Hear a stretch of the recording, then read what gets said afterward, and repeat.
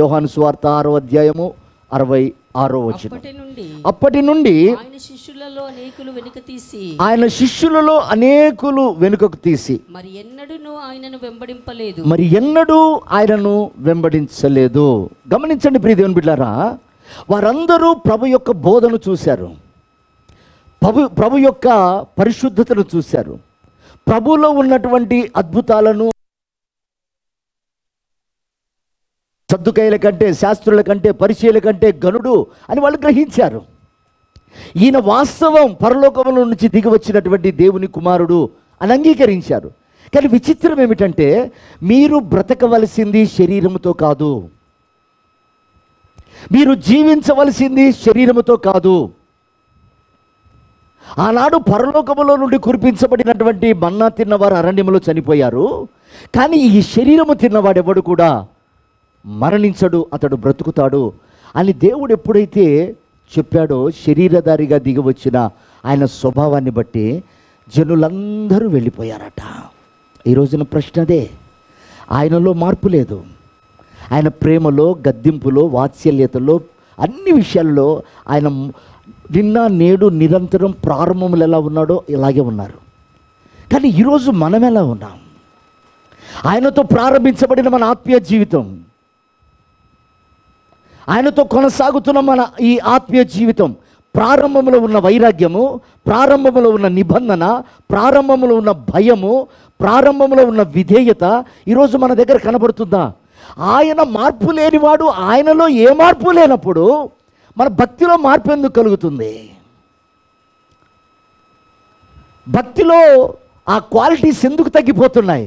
ఈ రోజున గమనించవలసిన సత్యం ఏమిటంటే, నీవు శరీర సంబంధంగా దేవుని సన్నిధికి వస్తే, శరీర సంబంధంగా నువ్వు జీవిస్తే నీలో మార్పులు ఉంటాయి. కానీ అదే ఆత్మ సంబంధం అయితే, నువ్వు ఏ వైరాగ్యంతో ప్రారంభించావో, ఏ ఆసక్తితో ప్రారంభించావో, ఏ మనస్సుతో ప్రారంభించావో, దేవునితో ప్రయాణాన్ని ఏ నిబంధనతో ప్రారంభించావో అది అంతం వరకు కొనసాగుతుంది. దేవునికి స్తోత్రం కలుగును గాక. హల్లెలూయా.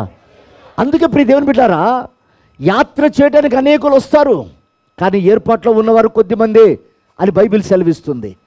చూడండి, ఒక భక్తుడు బైబిల్లో రాసిన మాట, యెషయా పుస్తకం 33వ అధ్యాయము 14వ వచనం. ఒకసారి, పాపులు దిగులు పడుచున్నారు, వణుకు భక్తిహీనతను పట్టెను. మనలో ఎవడు నిత్యము దహించు అగ్నితో నివసింపగలడు? మనలో ఎవడు నిత్యము కాలుచున్న వాటితో నివసించును? నీతిని అనుసరించి నడుచుచు, యథార్థంగా మాట్లాడుచు. చాలండి, చూడండి, ఇక్కడ రాయబడ్డ మాట, ఎవరు దహించు అగ్నితో సహవాసం చేస్తారు. ఇప్పుడు భక్తుడు మనకు చెప్తున్న మాట ఏమిటంటే, మన దేవుడు ఎవరు అనంటే అగ్ని, ఆయన దహించే అగ్ని.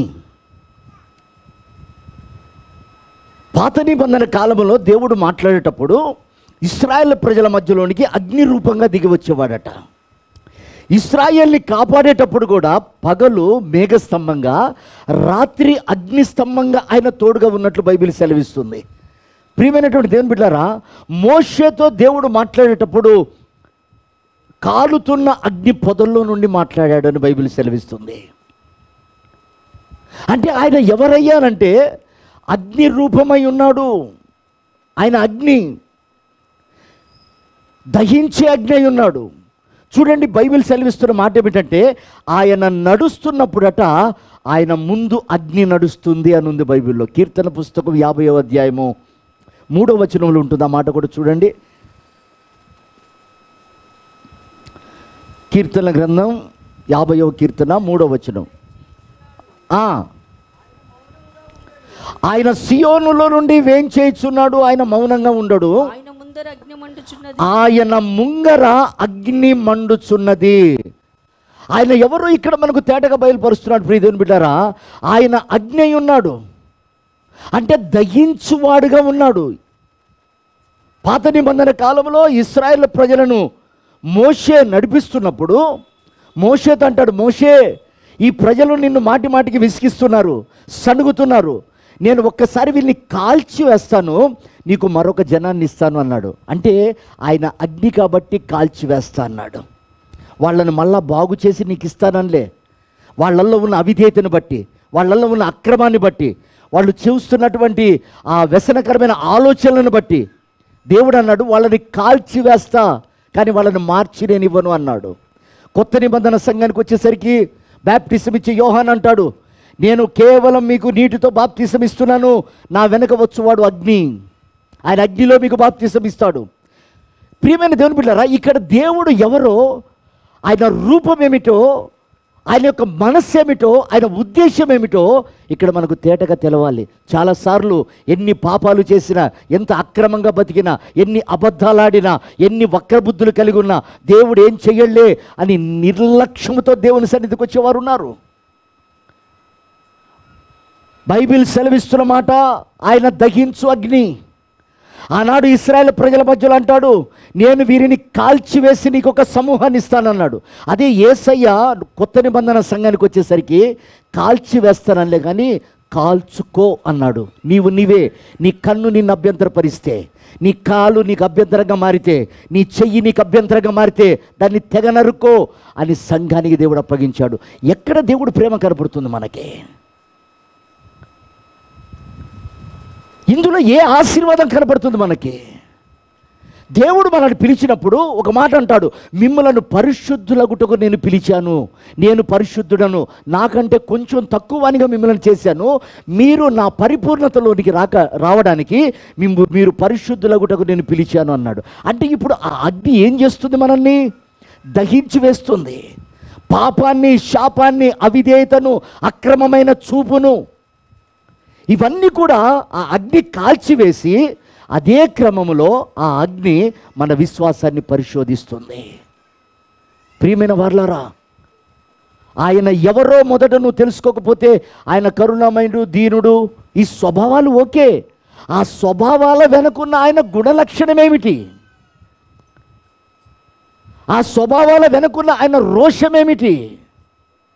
అవి తెలుసుకోకుండా పాపాలు చేస్తూ, అక్రమంగా బ్రతుకుతూ, విచ్చలవిడి జీవితాన్ని చేస్తూ, లోక సంబంధంగా జీవిస్తూ, మాట మార్చుకోకుండా, పద్ధతి మార్చుకోకుండా, వస్త్రధారణ మార్చుకోకుండా, అలంకరణలు మార్చుకోకుండా దేవుని సన్నిధికి వచ్చి దేవా అంటే ఆయన కార్యం చేస్తాడా? ప్రియమైన వారలారా, అక్రమము చేయువారలారా నా యొద్ద నుండి వెళ్ళిపోండి అన్నాడే కానీ రమ్మనలేదు.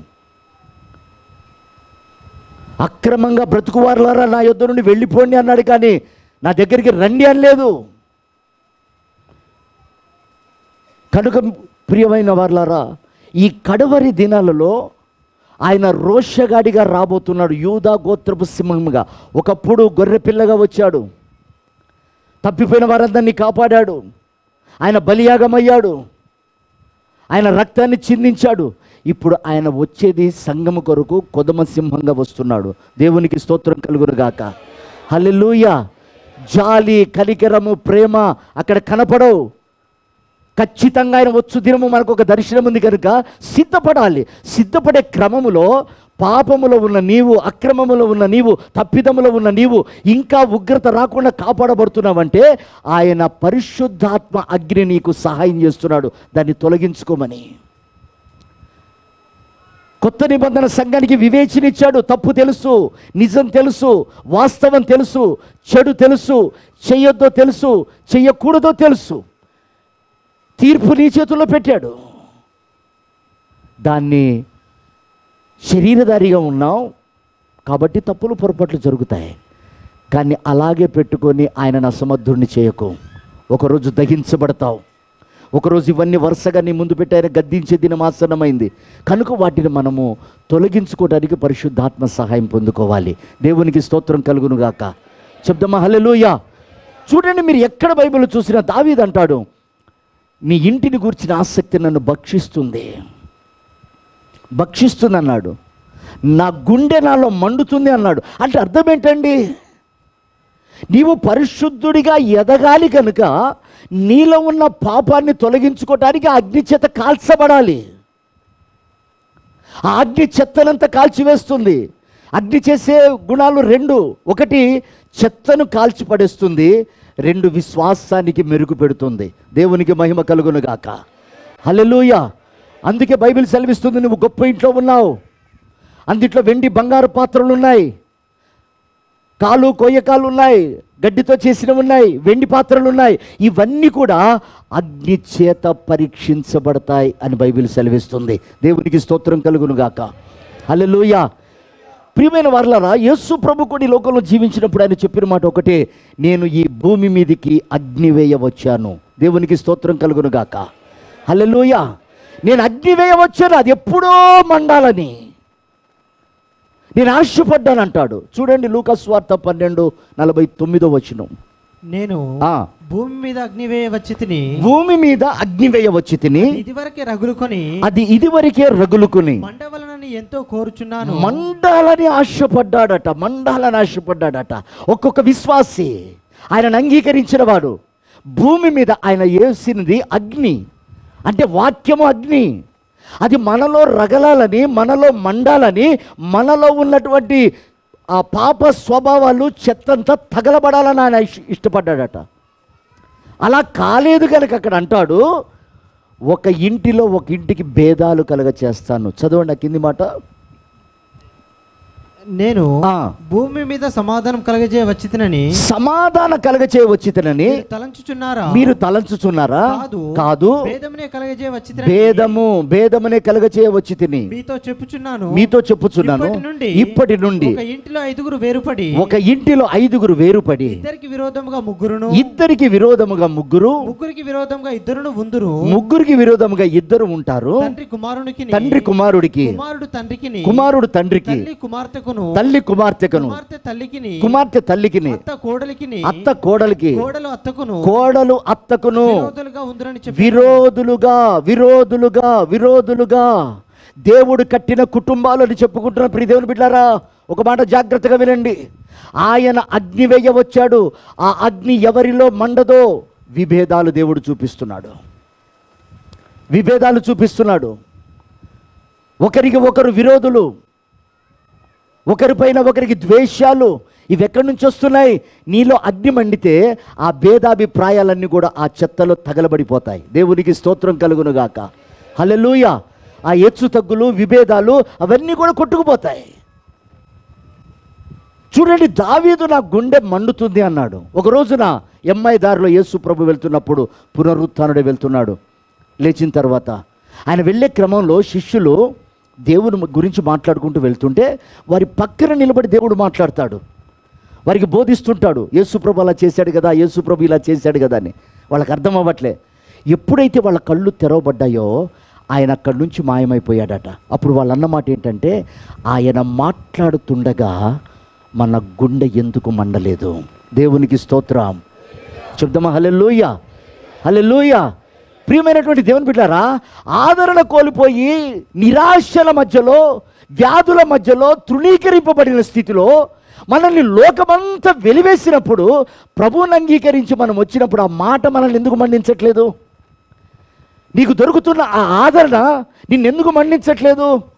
నీకు దొరికిన ఆ రక్షణ నిన్నెందుకు మండించట్లేదు? నీకు దొరుకుతున్న ఈ సమాధానాన్ని బట్టి ఆయన ఎందుకు గణపరచబడలేకపోతున్నాడు? ప్రియమైన వారలారా, అంచె దినములలో ఈ ప్రేమ చల్లారుతుంది అన్నాడు. ఈ మంట చల్లారుతుందట. చల్లారటం దేని కొరకు? అక్రమము విస్తరించుట చేత. బోధకు విరోధమైనటువంటి బోధలు విన్నప్పుడు, దేవుని క్రమానికి విరోధమైన క్రమాలు అలవాటు చేసుకున్నప్పుడు, అన్నీ తెలుసులే నాకు, ఆ సమయాన్ని బట్టి నేనేదో చేస్తాను అని స్వశక్తి మీద ఆధారపడినప్పుడు, ఈ అక్రమాన్ని బట్టి నీలో వేడి తగ్గిపోతుంది. వేడి పెరిగిన కొద్దీ దాహం కావాలి. నీలో వైరాగ్యం పెరగటం నిజమైతే, యేసును గుర్చిన మంట నీకు ఎక్కువైతే దాహం పెరగాలి, కానీ చల్లారిపోకూడదు. నువ్వు చల్లారిపోయే స్థితిలో ఉన్నావంటే, ఆత్మీయతలో దిగజారిపోతున్న స్థితిలో ఉన్నావంటే, నీ రక్షణను నువ్వు నిర్లక్ష్యపరుస్తున్నావన్న విషయాన్ని మర్చిపోకూడదు ప్రియదేవుని బిడ్డలారా. కనుక ఈ అంచె దినములలో ప్రభు చెప్తున్న మాట ఏమిటంటే, ఆయన అగ్ని వేయవచ్చాడు, అది మండాలని ఆశపడుతున్నాడు. ఈరోజు గమనించండి, మరి నిత్యము మండుతున్న అగ్నితో ఎవరు సహవాసం చేస్తున్నారు? ఈరోజు అందరం సహవాసానికి వచ్చాం. మనం ఎవరితో సహవాసం చేస్తున్నాం? మన తండ్రి అయిన దేవుడు, కుమారుడైన క్రీస్తుతో కలిసి మనం సహవాసం చేస్తున్నాం. మరి వాళ్ళిద్దరూ అగ్ని అయి ఉన్నారు. నువ్వు పాపం చేసి వస్తే ఒళ్ళో కూర్చోబెట్టుకునేవాడు కాదు. ఎవరు పాపం చేస్తే వెళ్ళి దేవుడు ఆదరిస్తున్నాడు? యాకోబు బావి దగ్గరికి ఒక సమరయ స్త్రీ వస్తుంది, అన్యురాలని. ఈయన 6 గంటలు ఎండలో ప్రయాణమైపోయి ఆమె కొరకు నిరీక్షణ కలిగి ఉన్నాడు. ఆమె కొరకు నిరీక్షణ కలిగి ఉండి ఆమె రావడంతోనే ఆమెకు పశ్చాత్తాపాన్ని కలగచేశాడు. ఆయన దాహం ఏంటో గ్రహించిన ఆమె మండుకుంటూ వెళ్ళి ఒక ఊరును కాపాడింది. ఒక ఊరును కాపాడిందండి. ఆమె మీద రాళ్ళు పడ్డాయి కావచ్చు, ఆమె మీద మాటలు పడ్డాయి కావచ్చు, కానీ ఆమె అక్కడ దేవుని దాహాన్ని తీర్చింది. ఈరోజు మన వస్త్రాలు, మన కడుపు, మన నొప్పి, మన ఆరోగ్యం, మన కుటుంబం, మనకు అది కావాలి ఇది కావాలని, కానీ వైరాగ్యం పెరిగినప్పుడు దాహం పెరగాలి, భక్తి పెరిగినప్పుడు దాహం పెరగాలి. కనుక ప్రియవార్లారా, ఆయన దహించు అగ్ని అయి ఉన్నాడు. ఆయనతో సహవాసం చేసేవారెవరు? ఈరోజు నీ సహవాసం ఎలా ఉందో గ్రహించు. దహించు అగ్నితో సహవాసము చేయగలిగిన వారు ఎవరు? చూడండి, బైబిల్లో ఒక భక్తుడు ఉన్నాడు. అతని గురించి మనం కొన్ని మాటలు చదువుకుందాం. యోహాను సువార్త 5వ అధ్యాయము 35వ వచనం చదువుకుందాం.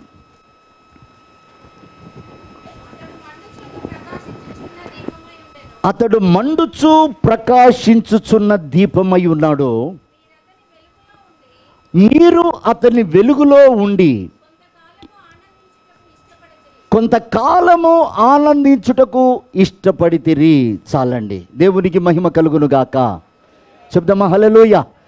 ఇక్కడ ఒక భక్తుడి గురించి రాయబడ్డ మాట ఏమిటంటే, అతడు మండుతూ ప్రకాశిస్తున్నాడు. అంటే చీకటిలో ఉన్నవారు ప్రకాశమైన వెలుగులోనికి వస్తారు. ఎప్పుడది? మంట లోపల మండుతున్నప్పుడు దాని చుట్టూ ప్రకాశమానమైన వెలుగు మనకు కనిపిస్తుంది. ఆ వెలుగు అనేకులకు దారి చూపిస్తుందట. బాప్తిస్మిచ్చే యోహాను గురించి రాయబడ్డది, అతడు మండుతూ ప్రకాశిస్తున్నాడు. అయితే మండుతూ ప్రకాశిస్తున్న వాని దగ్గర ఉన్నటువంటి గుంపు ఎలా ఉన్నారంటే, వాళ్ళు ఆనందముతో ఉన్నారట. దేవునికి స్తోత్రం కలుగును గాక. చెప్దామా హల్లెలూయా. చూడండి ప్రియ దేవుని బిడ్డలారా, అగ్ని చేసే 2 పనులు గమనించండి. ఇప్పుడు ఒక వ్యక్తి బాగా లావుగా ఉన్నాడు అనుకుందాం, ఫర్ ఎగ్జాంపుల్. అతడు తగ్గించుకోవాలి, ఆ పర్సనాలిటీ తగ్గించాలనుకున్నాడు. బరువుగా ఉన్నప్పుడు చిన్నగా నడుస్తాడు, భారంగా నడుస్తారు.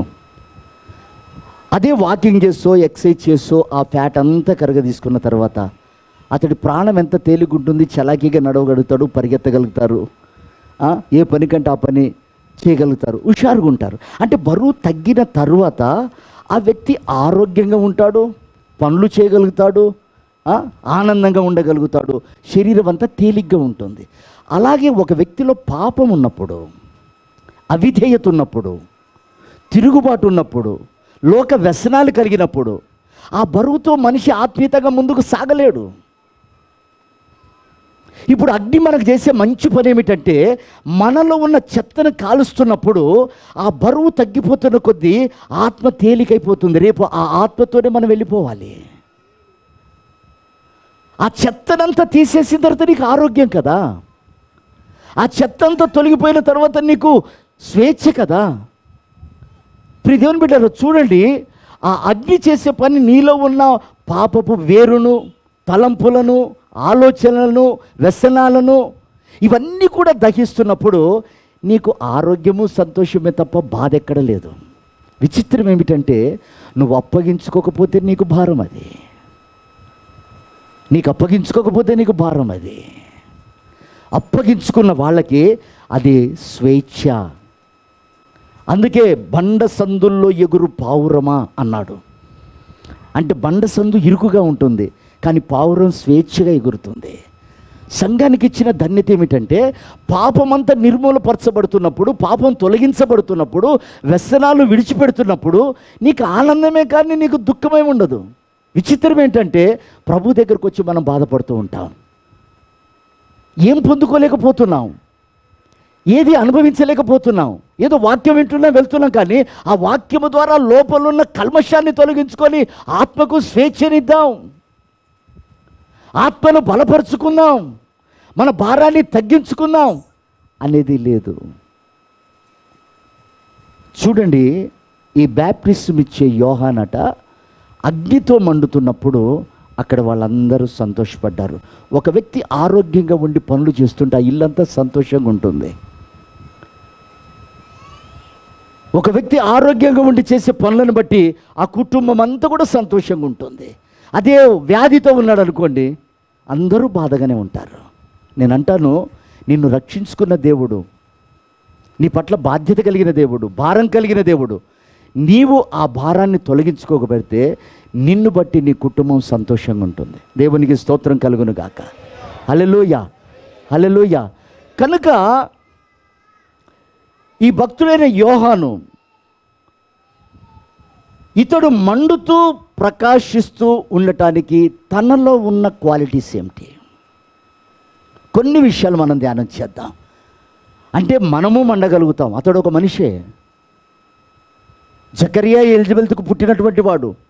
అతడు పుట్టే ముందు దేవుడు వచ్చి తనకు చెప్పాడు, దేవదూతను పంపి, అతడి పేరు యోహాను అని పెట్టండి, ఇదిగో అతడు ఇలా పెరుగుతాడు అని దేవుడు చెప్పాడు. అయితే ఆయన అగ్నిలాగా మండి అనేకులకు ఆనందం ఇవ్వటానికి అతనిలో ఉన్న క్వాలిటీస్ ఏమిటో ఈ రోజున మనం అనుభవించగలిగితే మనము కూడా మండగలుగుతాం. దేవునికి స్తోత్రం కలుగును గాక. చూడండి, మార్కు సువార్త 1వ అధ్యాయము 5 నుండి 6 వచనాలు.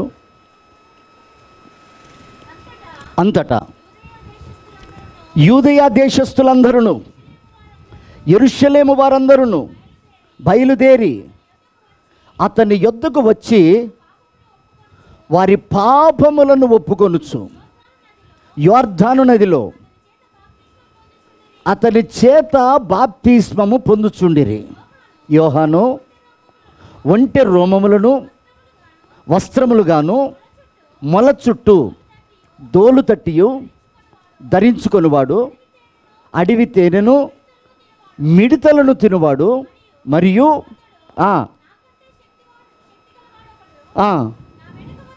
నా వెనక వచ్చుచున్నాడు,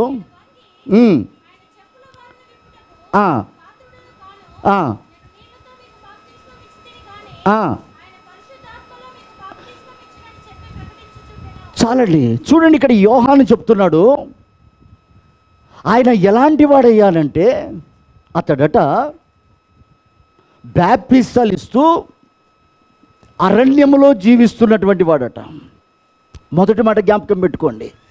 యోహాను వెలుగుతూ ప్రకాశిస్తున్న ఒక మంట వలె ఉండటానికి కారణం ఏంటంటే, మొట్టమొదట ఆయన నివాసము అరణ్యము. అరణ్యములో కేక అని పిలువబడ్డాడు యోహాను. అంటే అతని జీవిత శైలి ఎక్కడుందంటే అరణ్యములో. అరణ్యం అంటే ఎలాంటిది? స్నేహాలు లేనటువంటిది, బంధుత్వాలు లేనటువంటిది, కేవలము అరణ్యములో దేవునిపైనే ఆనుకునే మనసు కలిగినటువంటి వాడు. అంటే అరణ్యములో ఎవరి సహాయము దొరకదు, కానీ ఒక్క దేవుడి మీదనే ఆధారపడేవాడు. దేవునికి స్తోత్రం కలుగును గాక.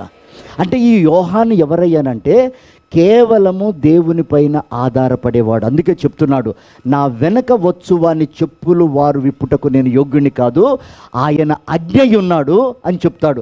ఆ కింద వచనాలు మనం చదువుకుంటూ వెళ్తే మీరు ఇంటికెళ్ళి చదవండి.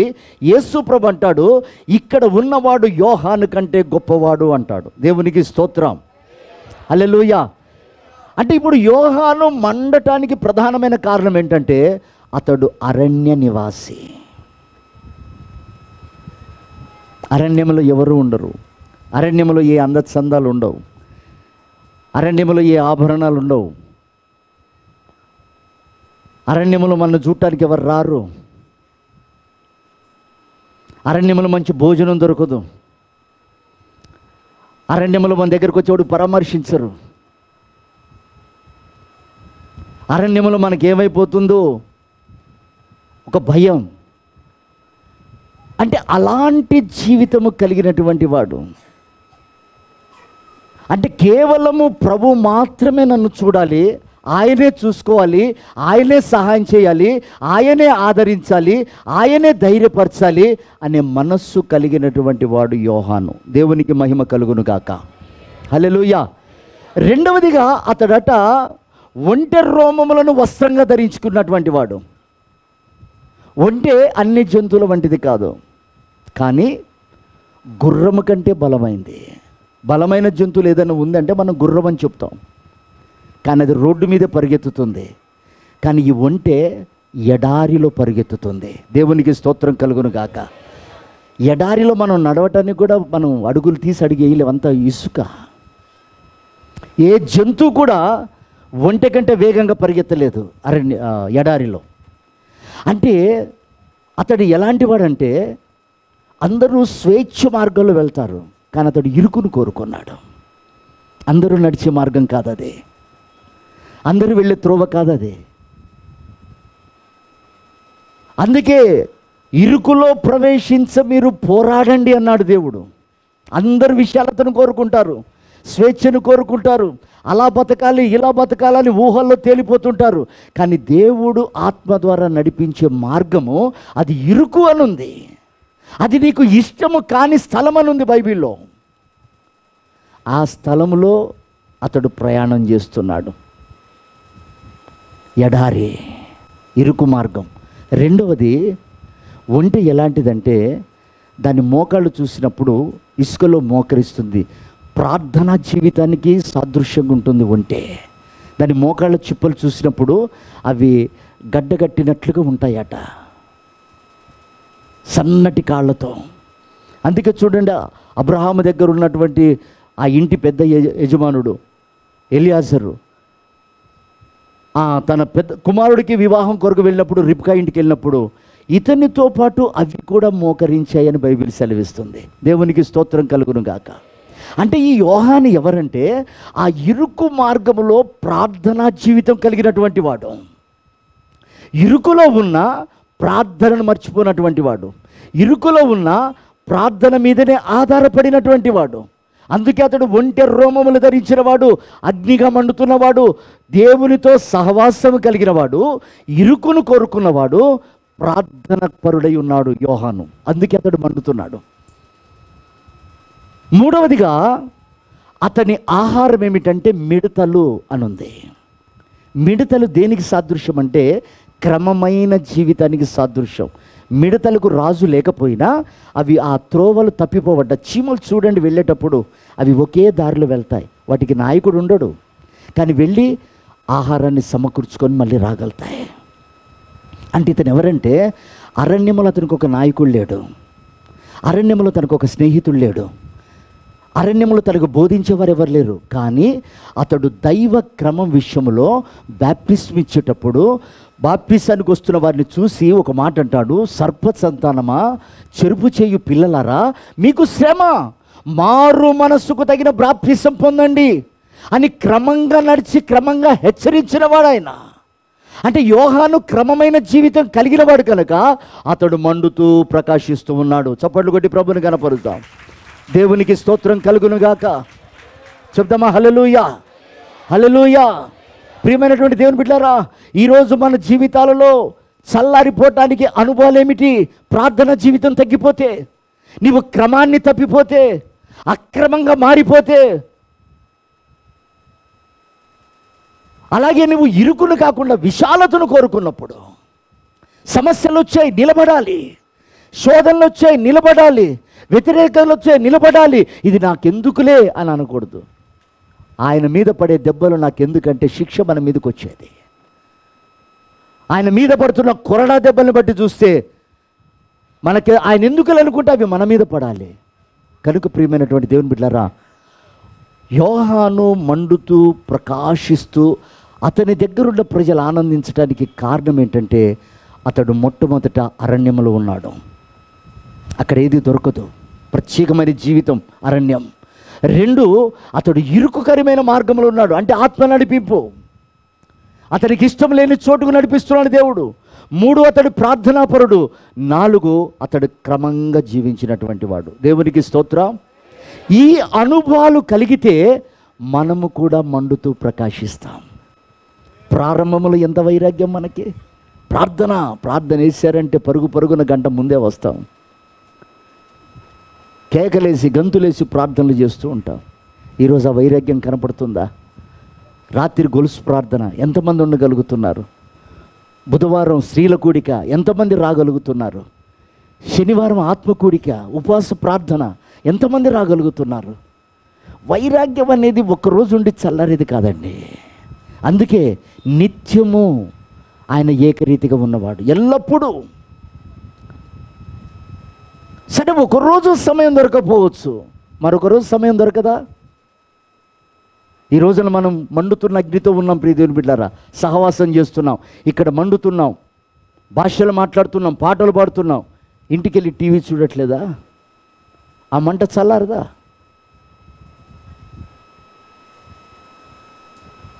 మన ఇంట్లో టీవీలు ఏంటంటే నాకు అర్థంగా కడుగుతా. ఆయనని ధ్యానిస్తుంటే మంట పుడుతుంది. ఆ టీవీలు చూసినప్పుడు నీలో మంట కంటే ఎక్కువ లౌకిక సంబంధమైన ఆనందం కలుగుతుంది. నువ్వు ఆ తర్వాత బైబిల్ పట్టుకొని చదివితే ఎంత, చదవకపోతే ఎంత, ప్రార్థన చేస్తే ఎంత, ప్రార్థన చేయకపోతే ఎంత. రాత్రి అంతా టీవీ చూసి ఉదయకాలం స్తోత్ర ప్రార్థన అంటే అది పని చేస్తా? ప్రియ దేవుని బిడ్డలారా, అగ్నితో ఆటలాడకండి దయచేసి. నా ఇల్లు ఆశీర్వదించబడట్లేదు, నా భర్త మారట్లేదు, పిల్లలు చదవట్లేదు, తిరుగుబాటు చేస్తున్నారు, సంపదన దొరకట్లేదు. నీ చేతుల్లో పని అది, మీ చేతుల్లో పని అది. ఆయన ఇయ్య కాదు ఇస్తుంది, కాపాడబడట్లేదు, క్రమంగా లేవు, దీవెన రాదు. యోహాను అంటాడు, నేను మండుతూ ప్రకాశిస్తున్న దీపమై ఉన్నాడు, ఆ చుట్టుపక్కల వాళ్ళందరూ సంతోషంగా ఉన్నారు. ఆ ఒక్క వ్యక్తిని బట్టే కదా దర్శనం కలిగి దేవుడు ఒక్కళ్ళకి ఇస్తాడు. ఆ ఒక్క వ్యక్తి, ఆ దర్శనాన్ని బట్టి కాపాడబడతాం. యోబు ఉదయకాలం లేచి పిల్లలు తన హృదయంలో పాపం చేస్తారని మోకరించి ప్రార్థన చేసి బలులు అర్పించట్లే? ఎందుకున్న ఆయనకు ఆ మంట, వైరాగ్యం? ఆయన ఎవరు ఆయనకు తెలుసు. ఒక వేశ్యకు తెలుసండి రాహబుకు, మీ దేవుణ్ణి గురించి ఆలోచిస్తే మా గుండెలు అదురుతున్నాయి అన్నది. ఆ భయాన్ని వ్యక్తపరిచింది. కనీసం మనం ఆ భయాన్ని వ్యక్తపరుస్తున్నామా? ఇంత అద్భుతమైన మాటలు విని అనేకుల రక్షణను మనం చూస్తూ టీవీని మానలేకపోతున్నాం, సెల్ ఫోన్లో సంభాషణలు మానలేకపోతున్నాం. దేవుడు ఎప్పుడు తప్పు చేయడండి. దేవుడు పిలిచాడా? నిన్ను ఆశీర్వాదాలకు వారసులగుటకు నేను పిలిచాను అన్నాడు. దేవునికి స్తోత్రం కలుగును గాక. హల్లెలూయా. ఆ ఆశీర్వాదము దేవునికి నీకు దూరం కాకూడదు. ఆ ఆశీర్వాదం నీ ఇంట్లో దేవుడు లేడనే మాట రాకూడదు. ఆ ఆశీర్వాదాన్ని బట్టి ఇంట్లో గొడవ జరగకూడదు. సంగమా, ప్రతిష్ఠించుకోండి, సమర్పించుకోండి. ఆయనతో సహవాసం చేస్తున్నప్పుడు నిత్యము అగ్నితో సహవాసం చేసేవాడు ఎవడు అంటాడు.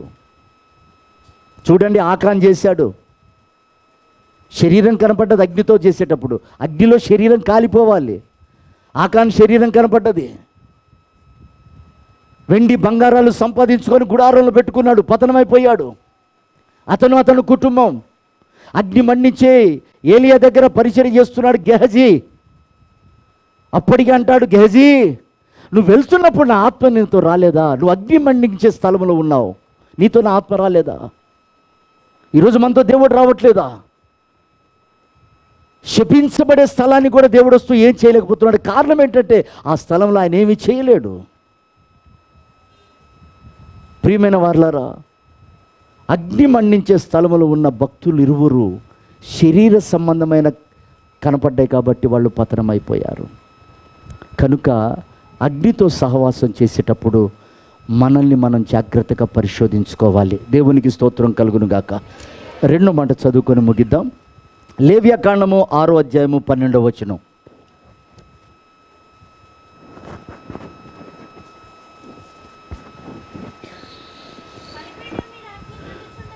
బలిపీఠం మీద అగ్ని మండుతూ ఉండవలను, అది ఆరిపోకూడదు. చాలండి, అది ఆరిపోకూడదు. బలిపీఠము మీద అగ్ని ఎప్పుడూ మండుతూ ఉండాలి. జాగ్రత్తగా వినండి. ఇప్పుడు బలిపీఠము అనగా సమర్పణ జీవితం. ప్రత్యక్ష గుడారములో ఆవరణములో కడతారు బలిపీఠం. బలిపీఠాన్ని కడతారు, అది ఇక కదలకూడదు. అది కదలంది, బలిపీఠం అంటేనే కదలంది. అది సమర్పణ జీవితం. నువ్వు ప్రభుతో నిబంధన చేసుకున్నప్పుడు నేను ఇలా నడుస్తాను, అలా జీవిస్తాను, ఇలా ఉంటాను అని నిబంధన చేసుకున్న తర్వాత కదలకూడదు. ఇక ఒక సమర్పణలోనికి వచ్చిన తర్వాత, ప్రభువా నేను ఇలా బతుకుతాను, నేను ఫలానా సంఘముతో కట్టుబడి ఉన్నాను, ఫలానా క్రమంలో కట్టుబడి ఉన్నాను, నా బ్రతుకిది, నేను కదలను అని చేసుకున్న నిబంధననే అది బలిపీఠము. దేవునికి స్తోత్రం కలుగునుగాక. హల్లెలూయా. సమర్పణ ఎప్పుడైతే తప్పిపోతుందో ప్రియ దేవుని బిడ్డలారా, బలిపీఠం కూలిపోతుంది. బలులు కాదు కదా, ముందు సమర్పణనే నువ్వు కోల్పోతే బలిపీఠం కూలిపోతుంది. నువ్వు దేవునితో చేసుకున్న నిబంధన. ఆయన అంటాడు, నేను నీతో నిబంధన చేసుకున్న నిబంధన జనము అని మనకు పేరు. ఆయన మనతో నిత్య నిబంధన చేసుకున్నాడు. ఏమని? ఇదిగో నేను నిన్ను వివాహం చేసుకోబోతున్నాను, నిన్ను ప్రదానం చేసుకున్నాను నమ్మకత్వమును బట్టి అన్నాడు. అది ఆయన నిబంధన. ఇప్పుడు ప్రదానం చేయబడ్డ మనము రేపు ఆయన కొరకు ఎదురు చూడాలి. వివాహం చేసుకోబోతున్న వాని మీదనే మనసు ఉండాలి. ఆయన అభిరుచులేమిటి, ఆయన ఆలోచనలు ఏమిటి, ఆయన ఎలా ఉంటే సంతోషపడతాడు, ఎలా జీవిస్తే ఆయనకు ఆనందం అని కాబోయే భర్త మీదనే ఆ ఎంగేజ్మెంట్ అయిన భార్యకి ఆలోచన ఉంటుంది. కానీ పరాయోడి మీద ఉంటుందా? పనికిమాలిన వస్తువుల మీద ఉంటుందా? వివాహము చేసుకోవటానికి ముందు ఎంగేజ్మెంట్ ఎందుకు నిబంధనతో చేస్తున్నాడంటే ఆ కాబోయే భర్త గురించి ఆలోచన చేయాలి. ఆయన ఎలాగుంటే సంతోషపడతాడు. ఈ రోజున ప్రియ దేవుని బిడ్డలారా, భక్తిని వాడుకుంటున్నారు. పేరు కొరకు, ఘనత కొరకు, మాకు తెలుసు, మేము ఫలానా భక్తి పరులం. దేవుణ్ణి వాడుకుంటున్నారు, భక్తిని వేషధరణగా చూపిస్తున్నారు. నేను అంటున్నాను, అది ఎక్కువ రోజులు ఉండదండి. ఆయన దహించు అగ్ని అయి ఉన్నాడు.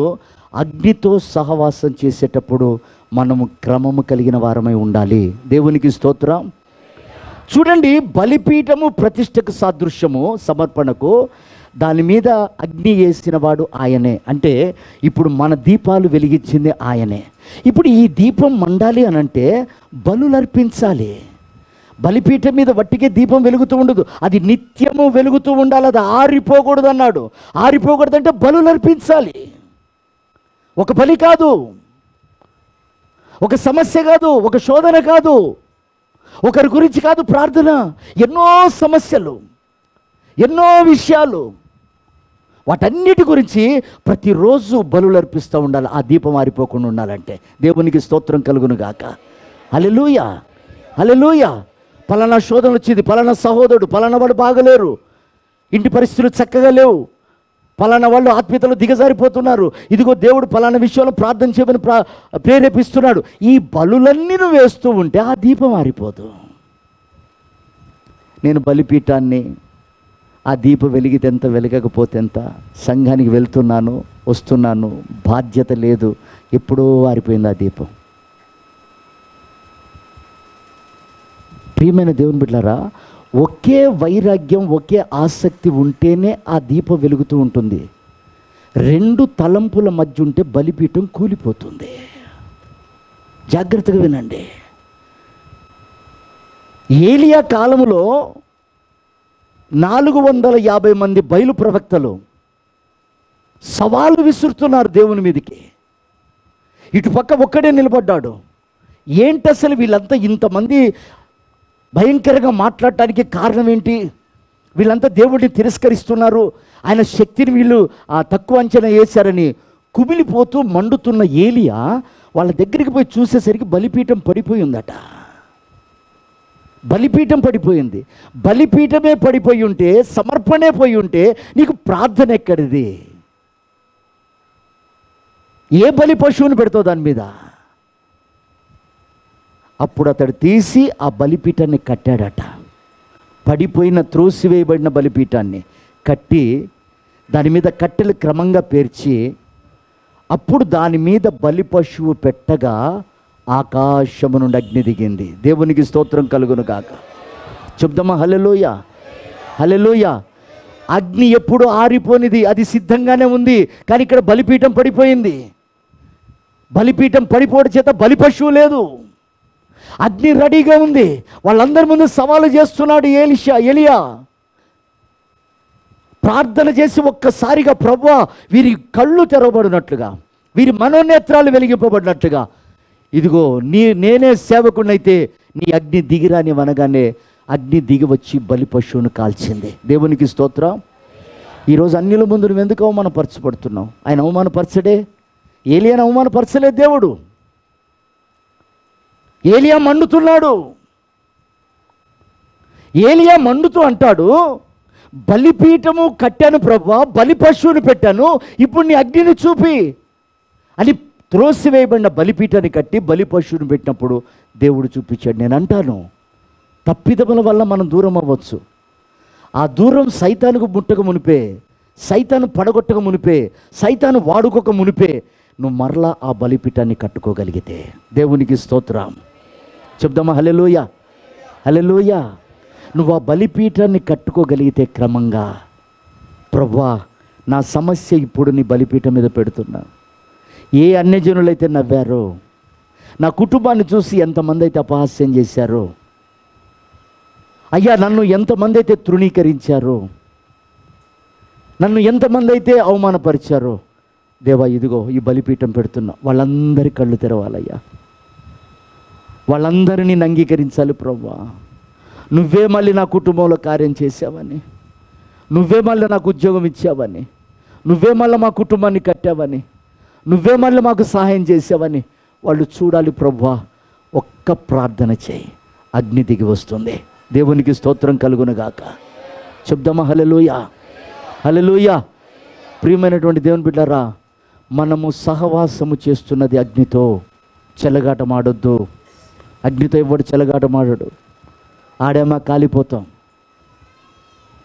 అందుకే కొత్త నిబంధన సంఘంలో కఠినమైన బోధ పాత నిబంధన కంటే. దాన్ని ఎవరు గ్రహించట్లే. ప్రేమ గల్లవాడు, సాత్వికుడు, దీనుడు, కృప చూపేవాడు, ఇవే పాటలు. అవి అయిపోయి ఎంతో కాలమై మనం ఒక ఉపదేశంలో కట్టబడుతున్నాం. ఇంకా ఏం ప్రేమ చూపేయాలి? ప్రాణం పెట్టాడు. ఇంకా ఏం సహాయం చేయాలి? చివరి రక్త పొట్టిచ్చాడు. ఇంకా ఏం సహాయం చేయాలి? యుగ సమాప్తి వరకు నీకు తోడుగా ఉంటాడు. ఆయనను ఉపయోగించుకొని కార్యాలు చేయమని, ఆయనను ఉపయోగించుకొని నీలో ఉన్న చెడును తొలగించుకోమని, నీ మార్గాన్ని సరళం చేసుకోమని ఆయన ప్రోత్సహిస్తుంటే ఇంకా ఇంకా ఇంకా ఈ ప్రభువా చేయి ప్రభువా. సంగమా మనోనేత్రాలు వెలిగించుకుందాం. మోషే పెద్దవాడైన తర్వాత శ్రమ పడటానికి ఇష్టపడ్డాడు. మోషే పెద్దవాడైన తర్వాత మండటానికి ఇష్టపడ్డాడు. ఒకప్పుడు అగ్నిని చూసిన వాడే, కానీ రాజభోగాలు అనుభవించి దానికి పరిమితం అయిపోదాం అనుకున్నాడు. కానీ మరలా దర్శనాన్ని నూతనపరుచుకున్నాడు. పలిపోయిన బలిపీఠాన్ని కట్టుకున్నాడు. పెద్దవాడైన తర్వాత శ్రమ పట్టడానికి ప్రారంభించాడు. భయంకరమైన శ్రమ దినాలు రాబోతున్నాయి. ఈ ఎండకే తట్టుకోలేకపోతున్నామండి. 4 అడుగులు వేయలేకపోతున్నాం. అగ్ని ఆరదు, పురుగు చావదక్కడ. దాని నుండి తప్పించబడటానికే ఈ శరీరాన్ని నలగొట్టుకుంటున్నాం. దాని నుండి తప్పించబడటానికే అగ్ని దహిస్తున్నప్పుడు అప్పగించుకుంటున్నాం. ఆ భయంకరమైనటువంటి వేడిని తప్పించుకోవటానికే ఆయన ఇష్టం లేని స్థలానికి తీసుకెళ్తున్న వదకు తేబడిన గొర్రెపిల్లవలు అప్పగించుకుంటున్నాం. మన భక్తి వ్యర్థం కాకూడదు, మన ప్రయాస వ్యర్థం కాకూడదు. ప్రభు రాకడ సమీపంగా ఉంది. అగ్నితో సహవాసం చేసి అగ్నిమయంగా మారిపోయి ఆయన గగనము చీల్చుకొని ఆయన రాబోతుండగా ఆయన ఎదుట నిలబొట్టుకు తగిన యోగ్యత ప్రభు మనందరికీ దయచేయును గాక. ఆమేన్.